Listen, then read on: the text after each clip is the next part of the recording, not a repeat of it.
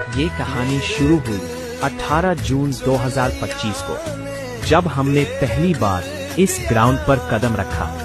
तब ये 10 महीने का सफर बहुत लंबा लगता था और हम बिल्कुल अनजान थे इस दुनिया से।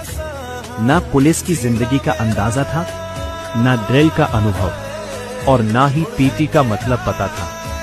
पहला ही दिन, तेज गर्मी, जलता हुआ मैदान और हमसे लगवा दिए गए